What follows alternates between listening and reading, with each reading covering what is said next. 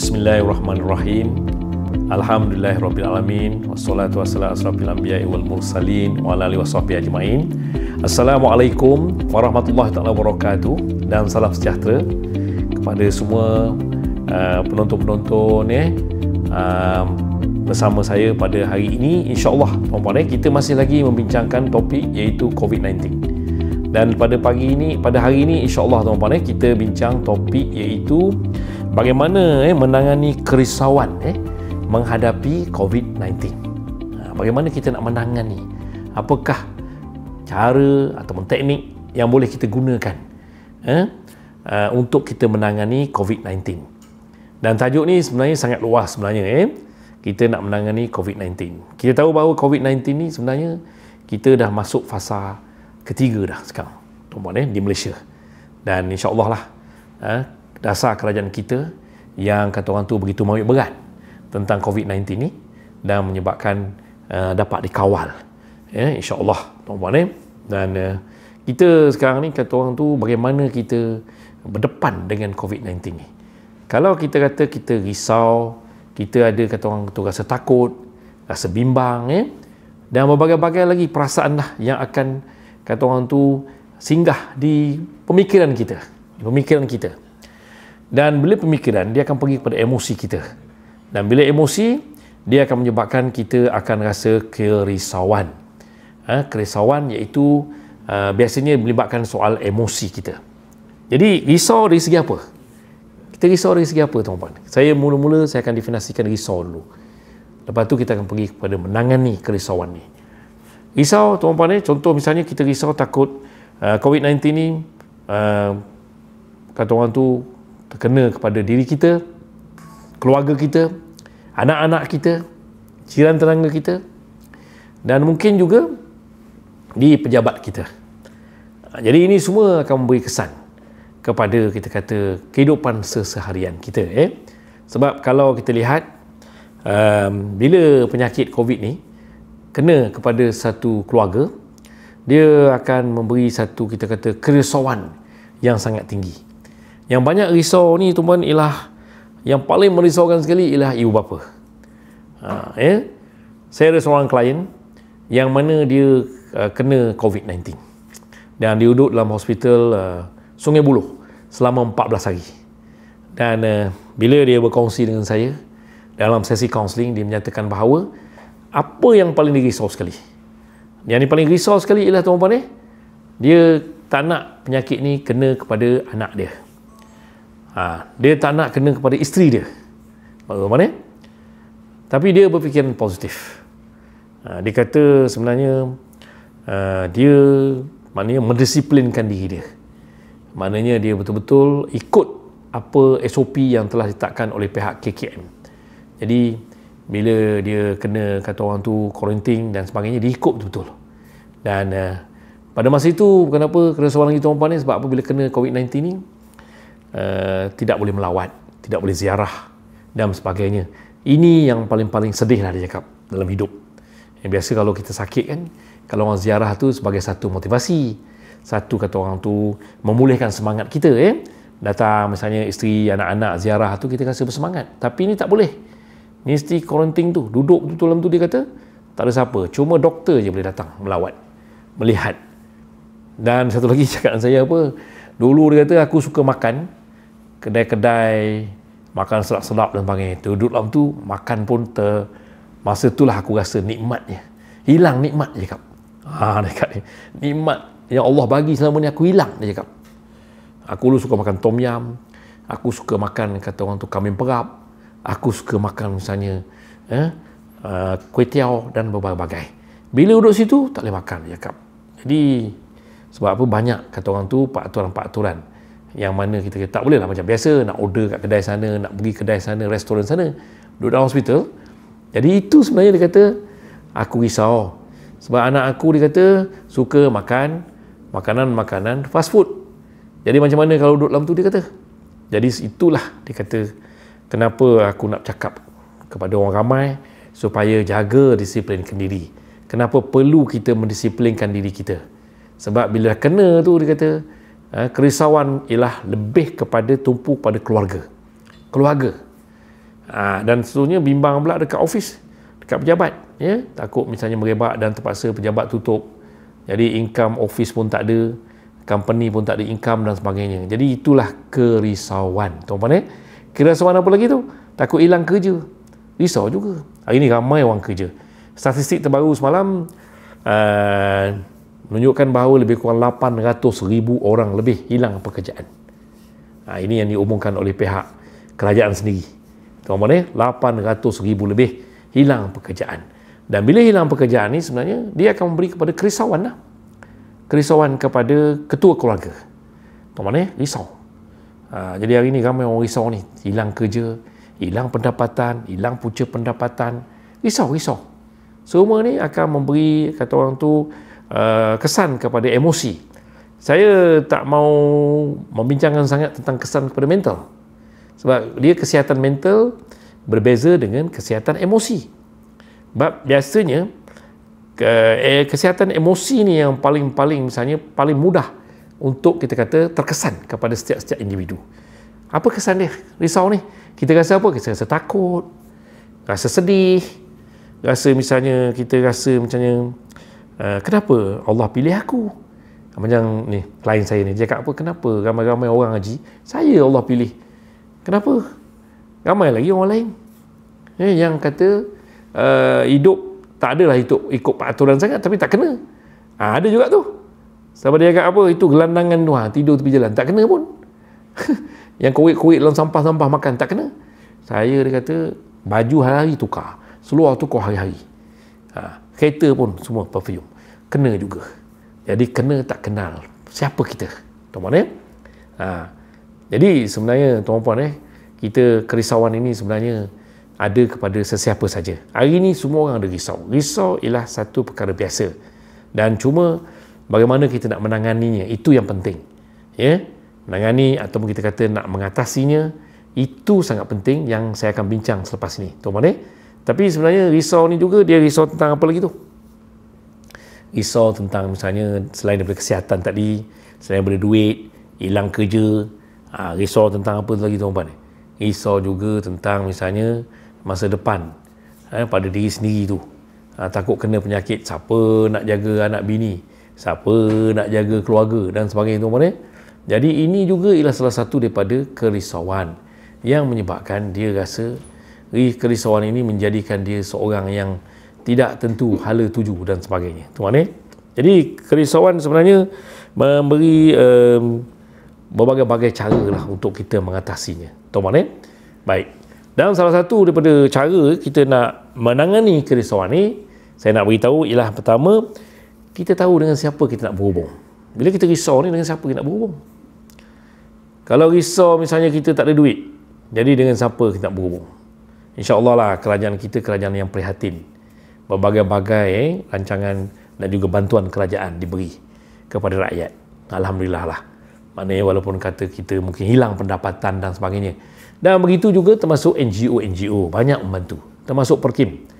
Perkim banyak membantu kepada masyarakat di luar sana. Kita Perkim ada seluruh negara, seluruh Malaysia. Dan kita banyak membantu kepada orang-orang yang memerlukannya. NGO kita. Jadi sebenarnya rakyat Malaysia menangani kerisauan ni sebenarnya kita jangan bimbang sangat, jangan takut sangat. Mungkin kita dari segi makan, minum, rakyat Malaysia ni insya-Allah tak ada orang yang lapar lah. Ada saja yang akan membantu. Berbagai-bagai NGO yang akan membantu. Dan kerajaan begitu juga, tuan-tuan. Jadi itu yang pertama. Dan yang kedua ialah kita, kalau misalnya kita tahu kita ada simptom-simptom, tanda-tanda tu. Kita ada penyakit misalnya, dia biasa tuan-tuan tahu sendirilah, tanda-tanda demam, tanda-tanda batuk, tanda-tanda misalnya kering tekak dan sebagainya itu, mungkin itu kita cepat-cepatlah pergi mendapat rawatan doktor. Ya, kita cari rawatan doktor. Jadi ini salah satu juga cara kita nak menangani, kita kata kerisauan tadi. Jangan kita diam je, duduk je dan tak mahu misalnya kita berhubung dengan orang ramai ataupun berjumpa dengan doktor. InsyaAllah. Baik. Kerisauan. Bagaimana kita kata nak menangani kerisauan, tuan-puan, bila COVID-19 ni. Dan biasanya kita kata kerisauan ni dia takkan hilang. Dia datang dan pergi. Dan kerisauan ni biasanya dia akan datang dan dia akan pergi, dan biasanya kerisauan ni dia akan menjadikan kita mungkin boleh pergi kepada lebih jauh pada itu kalau kita dibiarkan emosi kita risau. Contoh, mungkin akan pergi kepada kesedihan, kemurungan. Yang ni tak nak sebenarnya. Jadi kita kena menangani kerisauan ni. Kenapa hari ni topik ni bercakap tentang menangani kerisauan ni? Sebab kita nak kerisauan menyebabkan kita kemurungan, dan juga kesedihan yang melampau.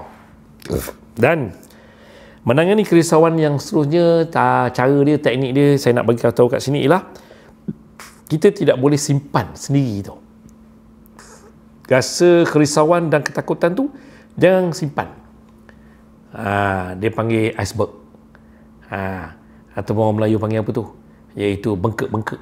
Jangan simpan bengkek tu. Jangan simpan dalam hati benda-benda. Kita ni kadang-kadang tengok kepada trait personality individu lah. Ada orang introvert, ada orang extrovert. Ada orang yang extrovert ni, bila dia risau apa, dia akan cakap. Lepas tu kat rumah kadang bini kita, dia suka bercakap, suka membebel. Apa-apa sikit membebel. Ni jangan keluar-keluar, ni COVID. Jangan apa, dia bebel anak, itu lah, bising. Tapi ada juga setengah jadi diam, senyap. Ada keluarga senyap, tak bercakap. Keluarga Robocop punya keluarga. Tengok ni, ini susah ni. Yang keluarga macam ini paling banyak mengalami kerisauan. Nampak tu? Sebab dia tak bercakap, tak ada komunikasi keluarga, tidak ada komunikasi misalnya antara suami isteri dengan anak-anak. Jadi bila kita COVID-19 ni, kita kena ada komunikasi. Dan kalau boleh, maklumat-maklumat kita sampaikan tu maklumat yang betul, benar tau. Jangan menakut-nakutkan. Jangan menakut-nakutkan lah. Lepas tu kalau kita tengok daripada luar ni, banyak maklumat yang menakutkan dan menyebabkan kita rasa risau, kerisauan yang tinggi. Jangan kerisauan kita sampai 90%, 80%. Itu sangat bahaya. Tuan mana? Kita risau tu tak risau. Dan lagi yang penting, bila risau ni kita kena bertindak dengan cara iaitu kita kena ikut SOP. Kita kena berdisiplinkan diri. Jangan kita risau tetapi kita tak ada jaga diri kita. Kita tak pakai mask, kita misalnya keluar ikut suka kita je dan sebagainya, tak jaga. Dan kita misalnya mungkin persekitaran kita yang kotor, rumah kita yang kotor dan sebagainya. Dan ini menyebabkan kata orang tu, kita tak ada ambil serius untuk menangani COVID-19. Kerisauan tu tak ada. Dia risau ni tak salah sebenarnya. Kerisauan tak salah. Risau macam-macam risau. Kalau saya nak definisikan risau ni dari segi kaunseling, psikologi ni, banyak kita risau sebenarnya dalam hidup kita ni. Kalau orang muda-muda risau pasal apa? Orang muda-muda risau misalnya macam nak kerja, nak kumpul duit. Nak kumpul duit, buat hantaran sekarang sampai 20,000. Nak kahwin, risau. Ramai saya buat kes-kes ni, tak ada kahwin. Tuan mana? Risau. Kenapa tak kahwin? Alah, risau lah Tuan Haji. Mak perempuan ni minta 20,000. Mana saya ada duit? Saya gaji baru 3,000 sebulan. Potong, tinggal berapa je. Nampaknya tak kahwin lah saya Tuan Haji. Risau. Bagi kata orang tu, orang yang dewasa, risau lain pula. Risau masa depan anak-anak. Risau misalnya nak cari duit, macam mana nak hantar anak belajar. Nampak tu? Risau macam mana nak bayar kereta, nak bayar rumah, nak bayar hutang itu ini. Risau. Dan bagi anda berumur macam saya ni, risau apa pula? Risau untuk pergi ke Warga Mas. Bagaimana persediaan nak menghadapi Yang Maha Pencipta? Risau juga. Jadi kerisauan ni daripada yang tak risau ni baby tak risau, kanak-kanak tak risau, relax. Lepas tu dia happy go lucky hidup dia, berlari sana berlari sini. Cerita dengan anak kita umur 3 tahun pasal COVID-19, dia tak faham. Kita kata ni COVID-19, dia kata nak susu. Dia tak sebut Melayu tu mana. Kita cerita dengan anak kita apa COVID-19. Tapi mungkin kalau umur 5 tahun dah cerdik sikit lah. Cucu saya dah pandai dah. Sebab dia tengok dalam TV. Atuk kena jaga tu COVID. Jangan keluar-keluar. Mesti ada penjarakan sosial. 5 tahun dah cakap macam tu. Budak sekarang pandai. Sebab dia banyak tengok media sosial. Tuan-tuan. Jadi, kerisauan ni akan berlaku. Semua peringkat umur akan berlaku kerisauan. Tuan-tuan. Risau bila sakit. Sakit. Siapa yang boleh risau sekarang ni? Sebab kita tengok kalau statistik kematian yang diumumkan oleh KKM, yang ramai mati siapa? kena COVID ni, orang kena kencing manis, darah tinggi, gout. Ni penyakit 3 serangkai. Yang ini, tapi tak juga, ada juga kadang orang yang tak ada penyakit ni pun mati juga tuan-tuan. Jadi sebenarnya kerisauan ini, dia kata orang tu sebagai subjektif dan sangat-sangat biasa dalam masyarakat. Jadi kita nak menangani kerisauan ini lagi apa? Kita kata orang, saya nak pesan satu, yang penting ialah bila kita risau, kita apa? Kita kena bercerita tau. Kita cari orang yang kita percaya untuk kita luahkan. Jangan duduk diam-diam. Jangan duduk diam, duduk. Ini bahaya. Dia bukan risau pasal nanti takut penyakit COVID, tapi penyakit kemurungan. Hari ini statistik menunjukkan kemurungan meningkat. Orang yang kena kemurungan ni. Sebab kena buang kerja, tak boleh keluar rumah, duduk rumah pun mungkin gaduh suami isteri. Nampak tu? Anak asyik minta makan je. Tak makan. Betul budak-budak apa dia tahu? Dia tahu lapar je. Betul mana? Jadi ini kerisauan. Lepas tu duk fikir ni, kayak gini, berapa lama lagi ni? Banyak yang jumpa saya, datang klinik saya, dia kata apa? Haji, sampai bila ni? Jadi kita pun tak boleh jawab. Tak tahu sampai bila COVID-19 ni. Tak tahu. Betul mana? Tapi kita kena bersedia. Dari segi mental, dari segi emosi, dari segi psikologi, untuk bersedia. Kena kuat. Kita kena kuat semangat. Betul mana? Dan seterusnya, kita naklah juga menjaga hubungan kita dengan Allah. Ini penting, teman. Sebab bila risau ni, salah satu ubat yang paling mujarab dalam Islam, dalam Quran ialah solat. Teman solat. Sabar, solat, sedekah. Sabar, solat, sedekah. Peganglah perkataan saya ni. Dan dalam Quran, saya sebenarnya kaunselor. Saya belajar kaunseling ni 11 tahun. Teman semua teori-teori barat. Tapi sebenarnya bila kita tengok balik motivasi dan sebagainya, yang paling hebat sekali apa tuan-tuan? Dalam surah Al-Muzammil dan Al-Mudassir, iaitu dirikanlah solat tahajud. Nampak tu? Nampak tu? Dia akan menguatkan jiwa kamu. Menguatkan jiwa tau. Dia sebenarnya kadang-kadang ada orang tu dia risau macam mana, tapi jiwa kuat. Yakin pada Allah. Maka kita rasa kita tak risau. Nampak tu? Tapi masalah sekarang, kalau kita hubungan dengan Allah pun jauh. Teman-teman, ramai sekarang ni hubungan dengan Allah jauh. Minta maaf cakap lah. Saya kaunselor, saya banyak buat kes. Banyak juga kes-kes. COVID-19 datang jumpa saya apa? Duduk atas kursi. Tuan, saya munafik. Tiba-tiba kau jadi munafik. Apa pasal? Tak tahulah tuan. Saya sekarang COVID ni saya bercelaru lah. Ada datang jumpa saya. Atuk, bagi saya Atuk. Tok, I'm free thinker. Free thinker ramai sekarang. Ni mak bapak yang dengar ni betul-betul. Mak bapak banyak tak tahu sebenarnya. Ramai orang luar tak tahu. Saya kes di klinik sebab saya bercakap kat TV, saya bercakap. Saya banyak kes. Atuk, I'm free thinker. Ada juga yang kata apa, Atuk, saya liberal. Saya pun tanya dia, apa benda liberal ni? Cuba kau explain sikit. Dia boleh terangkan tu. Mengalahkan kata orang tu. Pakar dalam bidang misalnya liberalisasi. Cuba bayangkan tuan-tuan Jadi masa COVID-19 ni, kalau boleh berkomunikasi dengan anak-anak, jangan bagi anak kita dalam bilik je. Main ni benda ni, main ni. Main PUBG. Ramai mak bapak kena tipu. Anak kata main PUBG, sebenarnya dia tengok benda lain. Ramai mak bapak kena tipu hidup-hidup. Nampak tu? Ada yang kata belajar online. Ni dia. Tak tipu lah. Semua saya tahu. Tuan-tuan dalam handphone semua ada. Dan menyebabkan kita kata kerisauan selepas itu.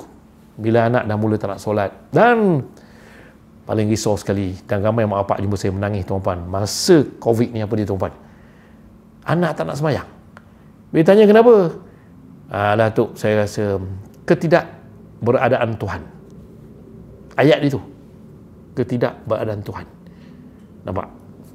Jadi kalau explain lagi tu, kita mana dia sembahyang, dia kata tak ada rasa apa, kosong, jiwa kosong. Tuan Jadi sebab itu, bila kita kerisauan ni, kita balik-balik pada Allah. Kita balik-balik Allah. Baca Quran. Satu hari baca 2 muka surat, baru 5 minit. Tengok handphone 5 jam. Tuan baca Quran 5 minit berkira. Tuan ini kita sebenarnya. Nampak tak kat sini? Jadi kalau kita nak hilang kerisauan, saya nak cakap terang, penyakit untuk hilang kerisauan ialah baca Quran. Ini obat hati. Baca Quran. Lepas tu solat malam. Lepas tu kita berzikir. Buat kebajikan. InsyaAllah, tuan-tuan, risau ni tidak akan terjadi.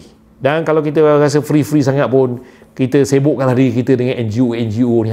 Tuan-tuan tolong-tolonglah, kita tak bagi sedekah tak ada, kita tolong angkat beras, angkat misalnya beg-beg ke apa benda dan sebagainya, tuan-tuan. Boleh tuan-tuan, insya-Allah. Jadi itulah dia. Saya rasa yang penting juga, last kali kita naklah sentiasa bersyukur sebab kita masih belum kena COVID-19. Alhamdulillah tuan-tuan, kita bersyukur kepada Allah. Baiklah, saya rasa itu saja untuk kali ini. Topik menangani kerisauan, insya-Allah kita jumpa lagi di lain waktu. Terima kasih. Assalamualaikum warahmatullahi taala wabarakatuh.